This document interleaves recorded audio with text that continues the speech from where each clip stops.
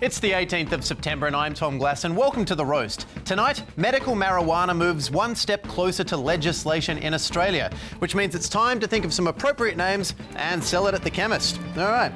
Sudabong, Paracetarifa, Viagra.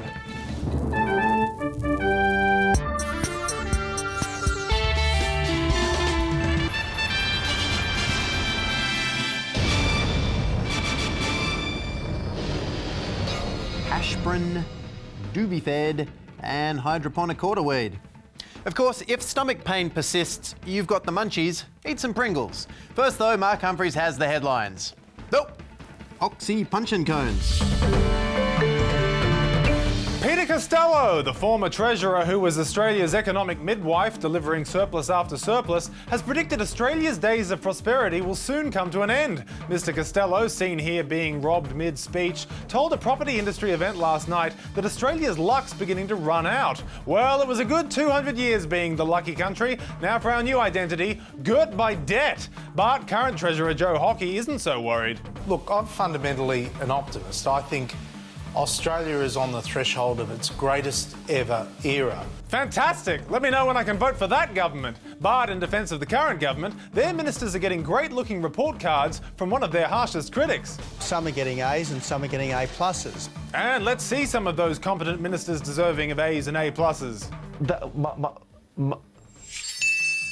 There is a link between abortion and breast cancer.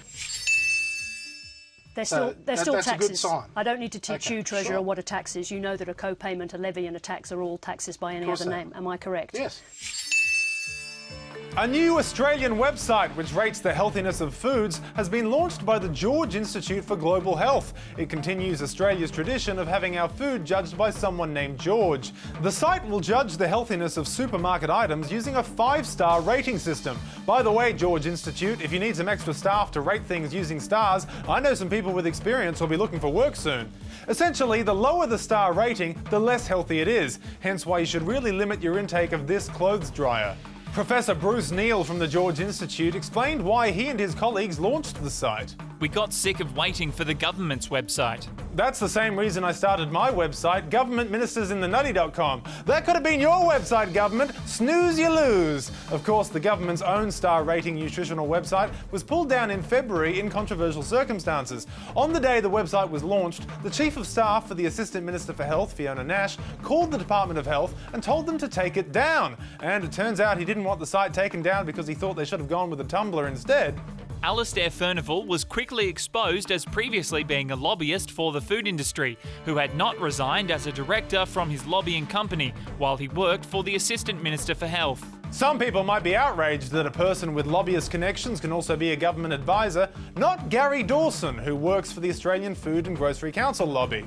Well, I think that was a bit of confected outrage, to be honest. People move in and out of political jobs from all sorts of backgrounds. Of course, Gary would defend people who have moved in and out of political jobs. He happens to know someone who's done just that. Him!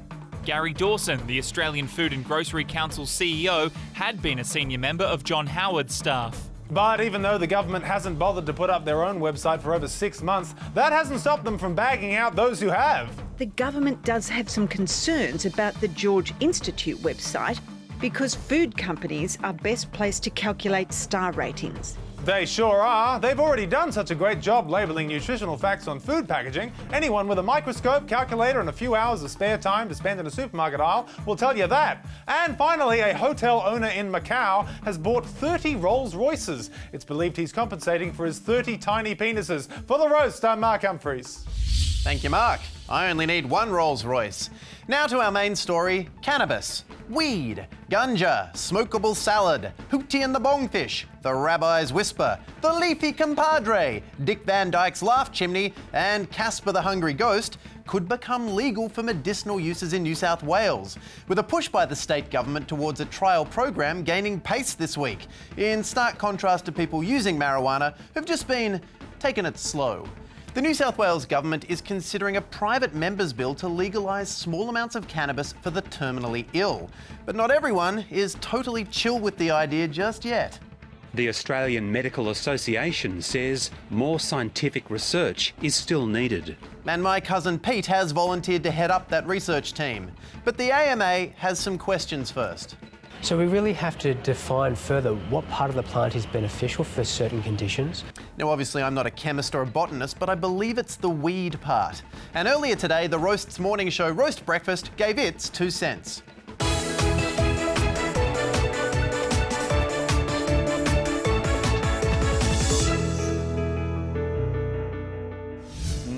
Indeed. And that's why we all agree on Roast Breakfast that Scotland is definitely to the north of England. That'll do, donkey! That'll do! Shrek. Well, Clark, they used to tell us that users are losers, but it turns out that the real losers are the Australian people. Soon we're going to be overrun by Puff the Tragic Dragon as medical marijuana is about to tear this country apart. Ole, ole, feeling pot, pot, pot. Stop it, Clark. This is a very serious subject. So drug reform advocate Dr. Alex Wodak says about 20 countries, as well as more than 20 states in the US, had legalised medical cannabis. Hey, well, 20 countries? I didn't realise there were 20 Jamaicas. And apparently 69% in the community in Australia say they support it too, the deadbeats. Which doesn't surprise me, given that the UN found that Australian recreational drug use has reached an all-time high. Oh, pun intended. Advance Australia, bong! We're joined now by Dr. Kara, who is standing in front of a cutout of Brisbane. Dr. Kara, why has Australia become a terrifying haven for crazed bong injectors? Well, first we need to differentiate between medicinal and recreational drug use. Even if recommended by their doctor, right now patients have to source their own cannabis illegally and they're made to feel like criminals. Well, yes, buying illegal drugs would make me feel like a criminal because I would be a criminal. Dr. Kara, could you explain what are some of the benefits of medical marijuana? Well, there's evidence that it can help relieve symptoms for sufferers of chronic pain. Okay, just let me get this straight. So when people are smoking to medical chronic, do the side effects include a form of medical munchies? No. Get me 50 cc's and a tub of dip, stat. But Dr. Kara, where does it end? First medical marijuana, then what? Recreational murder? I tell you, the lava lamp industry will be worth billions. Groovy, baby! Guys, this hyperbolic stigmatisation and these stupid stoner jokes are exactly the reason why this medical trial hasn't happened sooner. So please, try to take this issue a little more seriously. We'll be right back. I'm pretty surprised Alex is so uptight about using cannabis. I hear she's addicted to ice. Cold cans of soft drink. Of course, using cannabis for medicinal purposes is nothing new. In 2737 BC, the mystical Emperor Shen Neng of China prescribed marijuana for a range of conditions. Yep, sorry, I was going for something a little more recent. In 1492, Christopher Columbus brought cannabis to... No, I'm talking about now. Medical marijuana is also legal or decriminalised in Israel, Czech Republic, the Netherlands, Uruguay and Spain. Yeah, that's right. Even the terminally ill in Spain get to have a doobie before they succumb to the big siesta.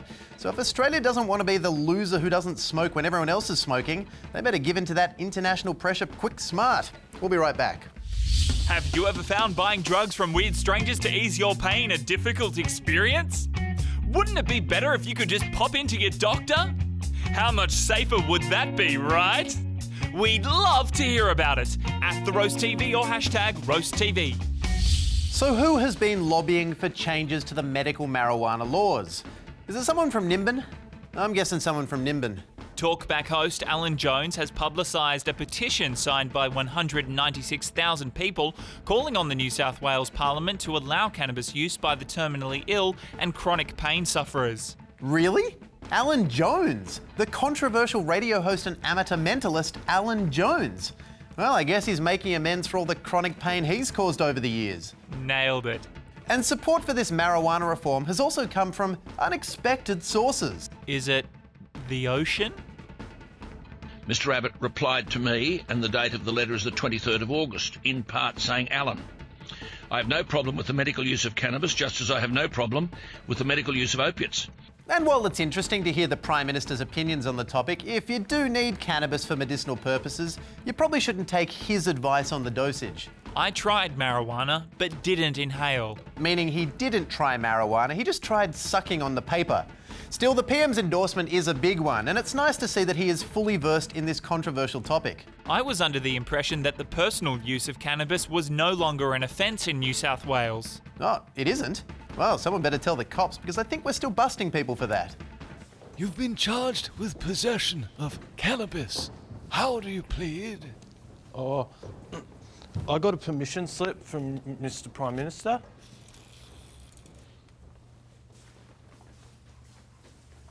But despite the support of the Prime Minister, the New South Wales Premier and the influential people who live in their parents' garage lobby, cannabis use is still very controversial, which has made its use for medicinal purposes hard to achieve, even though, as drug reform campaigner Alex Wodak says, we cited 82 favourable control trials and 9 unfavourable control trials. Now, there are a lot of medicines widely used in Australia today that are not supported by as strong as evidence as that. So it looks like we have two options. Either we stop taking all medicines that could be used in a way other than intended, or we legalise cannabis so that terminally ill people can use it and risk other non-terminally ill people who are already smoking continuing to smoke.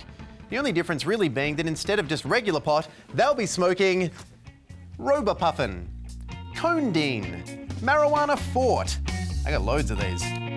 Hemp Sip, Isacone, Anti-Spliffdamine, Panadoobie, Vicks Vapor Bud,